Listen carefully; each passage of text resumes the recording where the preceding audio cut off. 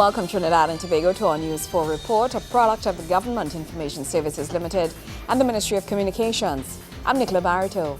Let's take a look at the headlines.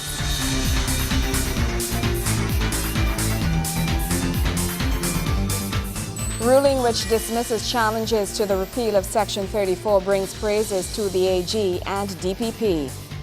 The Prime Minister extends heartfelt condolences to the government and the citizens of the UK following the death of that country's first female Prime Minister.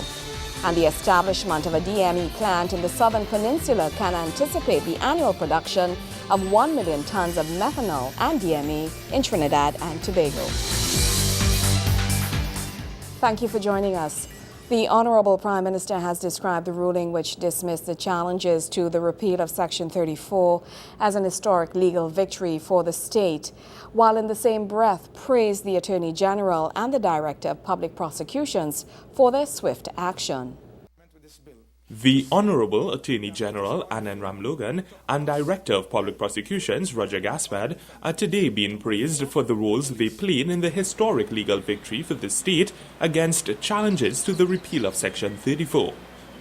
On Friday, Justice Maria Dina Mora handed down a ruling which comprehensively dismissed all 8 challenges lodged in a constitutional motion by businessmen Ishwar Galbaransing and Steve Ferguson in a test case for dozens of others charged with non-blood offences, which Section 34 said must be thrown out if not tried within 10 years of the alleged commission of the offence.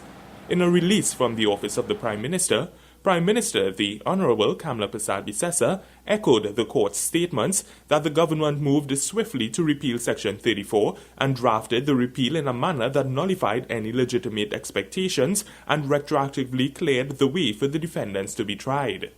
The Honourable Prime Minister says the government has been vindicated by this judgment, which highlighted and relied on the quick action taken to repeal Section 34. She commends the legal team of the Attorney General and the Director of Public Prosecution for their hard work and dedication in this important matter, and says she was particularly pleased with the expeditious manner in which the case was heard and determined, as it was obviously in the public's interest to have this matter dealt with very quickly. Nikolai Edwards, News 4. Meanwhile, the Prime Minister, the Honourable Kamla Persad-Bissessar, is extending heartfelt condolences to the government and the citizens of the United Kingdom following the death of that country's first female Prime Minister, Baroness Margaret Thatcher. Baroness Thatcher was 87 years old when she died peacefully on Monday morning after suffering a stroke at a hotel in London. Prime Minister Persad-Bissessar, being the female Prime Minister of this country, says the decisiveness and ingenuity with which Lady Thatcher led her government serves as continuing inspiration to her on a daily basis. In a statement to the media, Mrs. Persad-Bissessar says, quote, "The United Kingdom and indeed the world has lost a woman who throughout her life has been a valuable contributor to local and global efforts to improve the well-being of those whom she served." She adds that former Prime Minister Thatcher would always be remembered for her personal and political fortitude and her determination to take on the most challenging of battles with a steady hand. Mrs. Persad-Bissessar describes the Baroness as a strong, persevering and great leader whose legacy will surely never be forgotten. The Prime Minister says she is consoled by the fact that this great woman lived a life worth of emulation by all. Lady Thatcher was Prime Minister of the United Kingdom for 11 years, from 1979 to 1990. Her funeral ceremony, which will take place with full military honours at London St. Paul's Cathedral on a date yet to be announced. In other news, you may ask, who or what is the Police Complaints Authority and what is its function? Well, these questions were answered at a seminar held by the PCA to increase public awareness of its roles and functions in the country. Speaking at the event, Master Ralph Doyle, an independent corporate body mandated, among other things, to independently investigate complaints against police officers. Master Ralph Doyle says the authority was established to provide civilian oversight of law enforcement in Trinidad and Tobago. He adds that no member of the Police Complaints Authority staff is a member of the police service, a member of the municipal police force, or a member of the Special Reserve Police. Many persons would know of a police complaints authority which existed between 1993 and 2006. That was a body consisting of about 5 members, all appointed by His Excellency the President. 1 member is a chairman, and while it is true that of the 2 chairmen of that last authority, the former authority, they were both retired justices of appeal, under the Police Complaints Authority Act number 17 of 1993. He says if you or someone you know believes a police officer has committed an act that is criminal offense, police corruption, and or serious police misconduct, you can and should exercise your right by making an official complaint to the authority. They would advise the complainants of the results of the investigations, and of course, they may have reviewed some of the reports of the police investigations. So that's an authority which existed under a 1993 Act, and it continued until 2006. And in 2006, Parliament enacted 3 important pieces of legislation so far as this matter is concerned.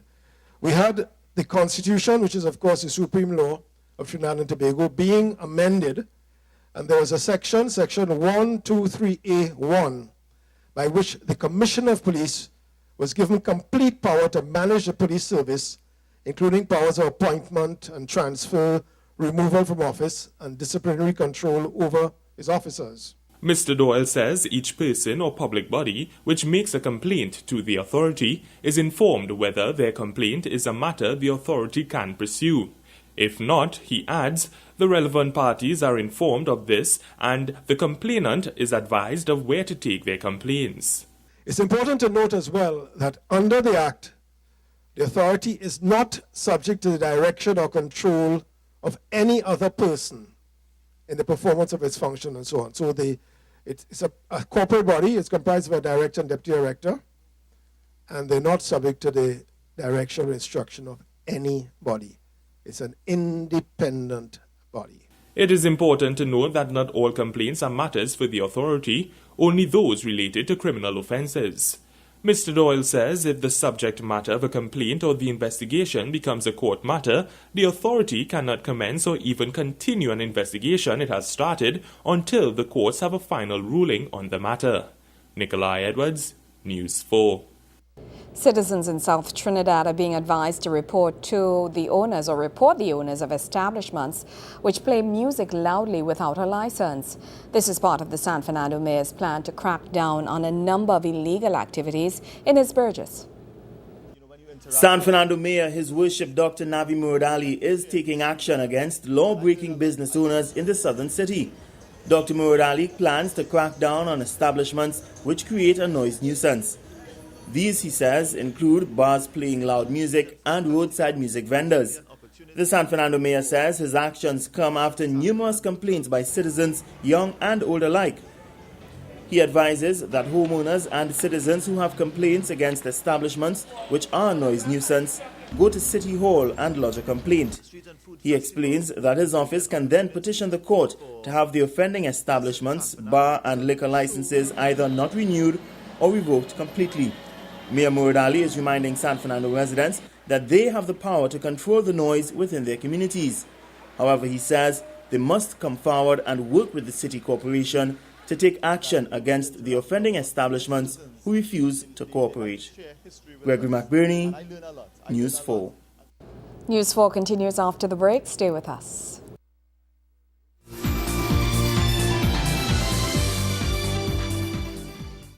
I was born on an island in the Caribbean where every creed and race finds an equal place. I am Trinbago. Here you could get lost in the sweet songs of our steel band or the rhythm of the tassa drum, and then we mix up all the cultures like a pot of callaloo and put on the greatest show on earth. I am Trinbago. Win, lose or draw, we celebrate everybody. Our beauty is known around the world. No one can lime like us and fet like us. We play together, work together, we pray together. I am Trinbago. Tobago. From the shores of Charleville to Maracas, to the streets of Port of Spain and Scarborough, there's no other land that I'd rather have my identity than this twin island, Trinidad and Tobago. I am dialect. I am goat race. I am doubles and roti. I am emancipation and arrival. I am oil and rainforests. I was forged from the love of liberty. We are Trinbago. I am red. White and black. I am TNT. Brought to you by the Ministry of National Diversity and Social Integration.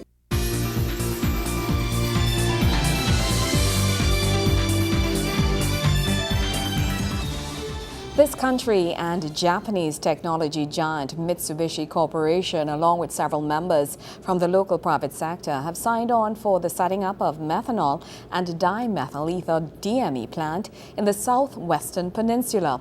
The establishment of the plant can anticipate the annual production of 1 million tons of methanol and DME in Trinidad and Tobago.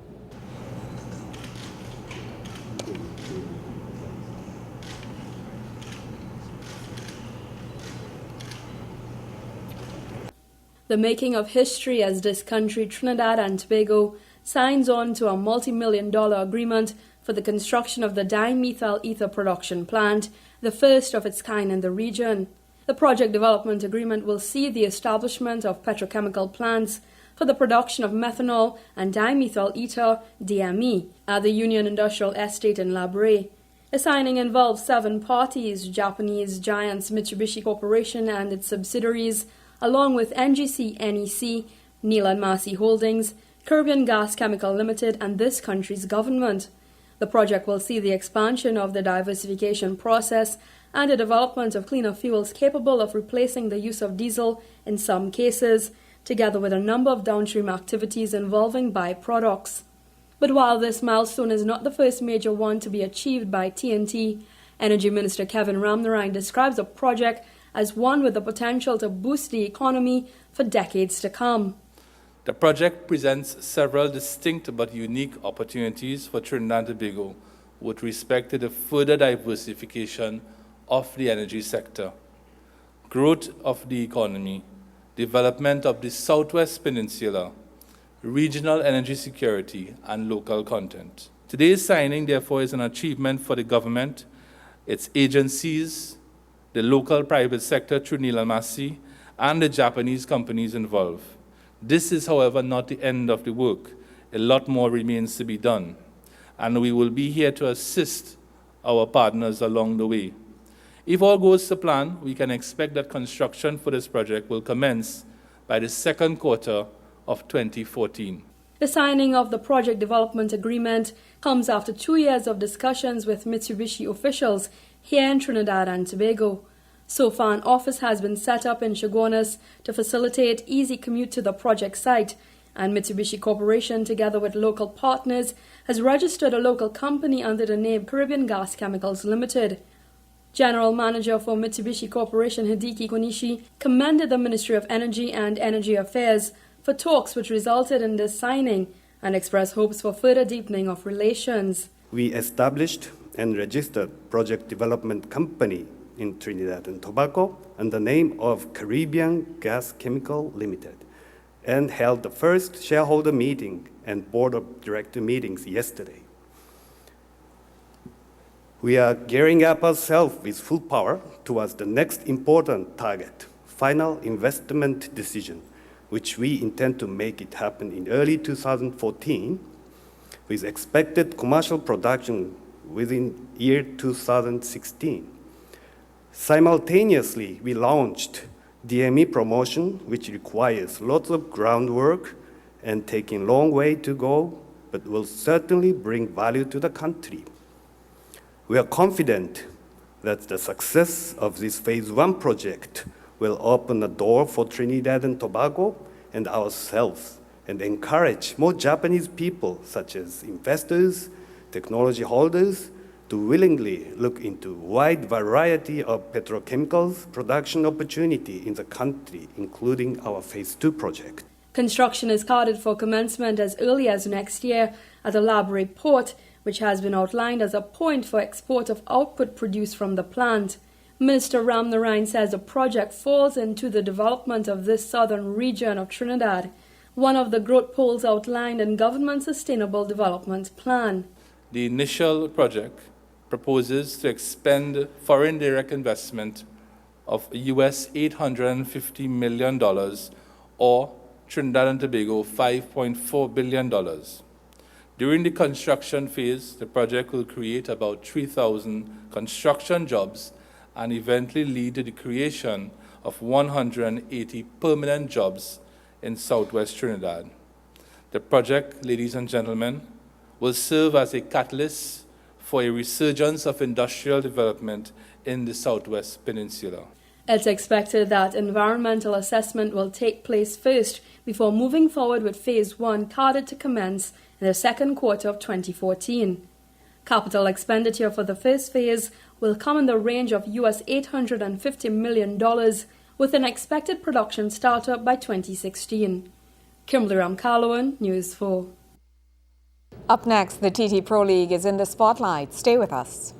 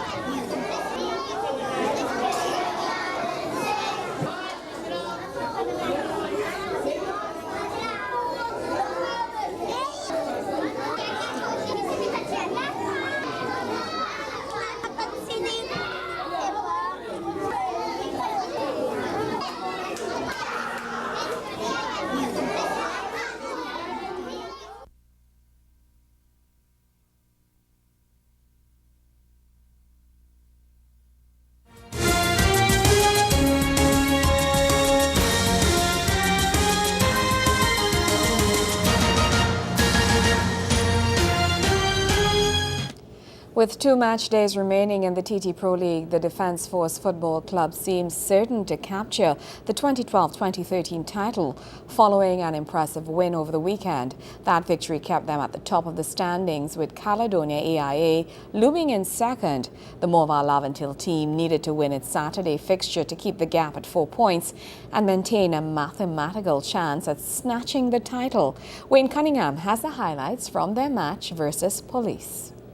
The intentions of Caledonia AIA were clear on match day 5 of round 3 in the TT Pro League.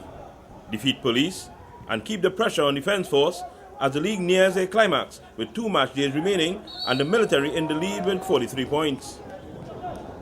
But it would be the Police threatening first after the foul on Kareem Perry. Trent Noel brings out a fine save from Cali keeper Chamel Louison. Noel had another dead ball chance to put his team ahead, but this one caused no problems for Louison. Caledonia's first look came off the boot of Denzel Theobald, which did not look good.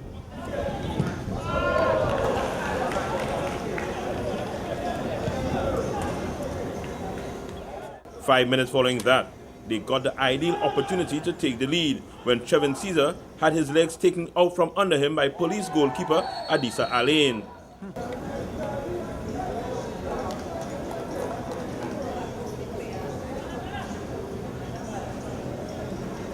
And referee Rashby McPhee had no choice but to point to the penalty spot, much to the dismay of Police coach Richard Hood. Kareem Joseph easily beat Alain from the spot to make it 1-0 AIA.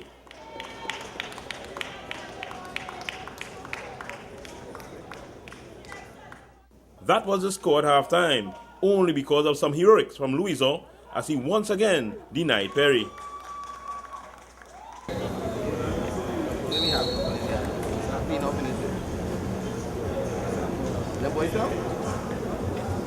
The Grenadian national keeper was the busier of the two custodians in the second half as Police tried to find the equalizer.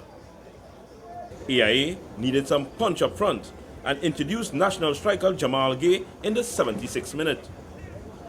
That change paid off as Gay flicked home to make it 2-0 Caledonia in the 80th minute and silenced the vocal Police fans.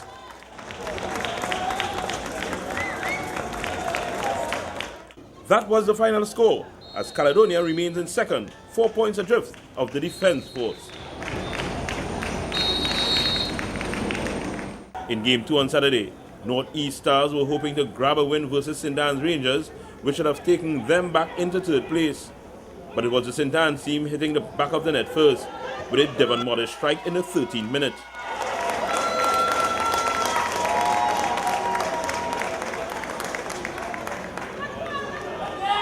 Northeast answered through the prolific Cornell Glenn. He stabbed one over the line in the 32nd minute after good work from Kevin Villarreal and Kitty Simpson. Glenn got an ideal chance to give his team the lead from the penalty mark in the 78th minute. But he sent his kick wide, with goalkeeper Jean-Michael Williams going in the wrong direction. 1-1 was the final score in this match, leaving Rangers in 7th spot and Northeast in 4th. Wayne Cunningham, News 4 Sports. Thank you very much, Wayne Cunningham. When we return, road safety activists call for more enforcement of laws on the nation's roadways. Stay with us.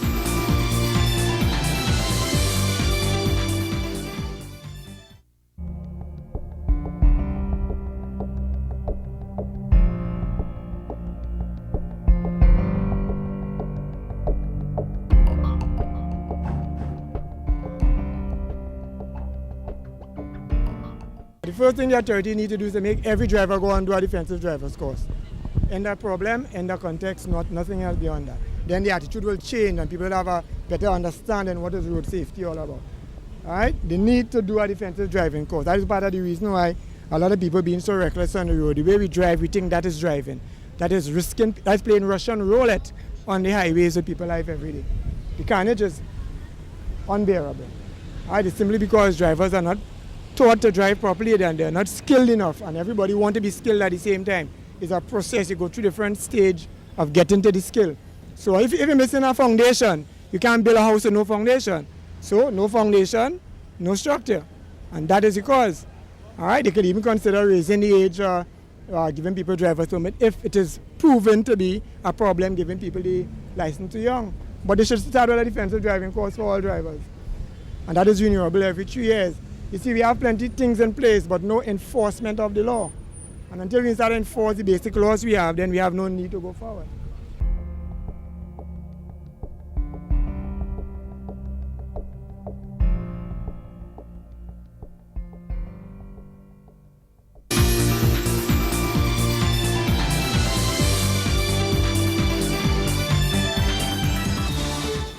Although road safety activists are calling for more caution and enforcement of laws on Trinidad and Tobago's roadways, Minister of Transport, the Honorable Chandra Sharma, says the situation is not all bad news. Minister Sharma's comments came at a symposium on road safety hosted by the Jonathan Camacho Organization for Road Safety, JCORS, at the Hyatt Regency, Port of Spain. Minister Sharma says the statistics mentioned were not certified. However, there was a reduction of road deaths in 2010, which meant something is working. The collective approach, the partnership with the NGOs, the government, and the international agencies are really contributing to it. As the other presenters indicated, this is a global concern. Brent, what's the road deaths in India and Africa? Millions. So we're doing really good. He added that Trinidad and Tobago is a law-abiding country, and it should not be said that everyone is careless or that all accidents are alcohol-related. He says statistics should be carefully communicated and accurate so as not to mislead the public. The government of Trinidad and Tobago, and in particular the Ministry of Transport, which has the responsibility in association with the Ministry of National Security and the Ministry of Local Government for the implementation of the National Road Safety Council, is doing its bit. We have found it very instructive in the engagement of all And we are very proud when parents tells us, our kids are saying, Mommy, you can't be on the cell phone and be driving. Mommy ain't drinking. And Dad, you have to wear a seat belt. That is helping. So kids are very instructive. President of another local road safety group, Arrive Alive, Sharon Ingerfield, called for more specialized investigations into crashes to better understand why road deaths and injuries peaked at certain times of the year, usually around May and August. We need to have collision investigation and collision data collection and crash investigation really focused, a focused approach to that subject. Because without that, we don't know why we're having fatalities at that time of the year. Is it because the roads are wet? We're guessing. So it's important that crash investigation, we really train our elite traffic management unit, particularly in crash investigation. Trinidad and Tobago was ranked as the country with the 15th highest road fatality and injuries record, she said, and with at least 7,000 injuries from 2001 to 2011. The estimated costs of these accidents was around US $480 million. While deaths around the world from diseases such as HIV and AIDS and malaria were on the decline, road deaths were up, she said. Trinidad and Tobago is also a signatory to the United Nations, which in 2011 launched its Decade of Action Road Safety 2011 to 2020, Ingerfield said, and therefore must set up its campaigns. Joseph Lopez, News 4. Well, that's how we wrap up this edition of our News 4 report, a product of the Government Information Services Limited and the Ministry of Communications. I'm Nicola Barreto. Thank you for joining us.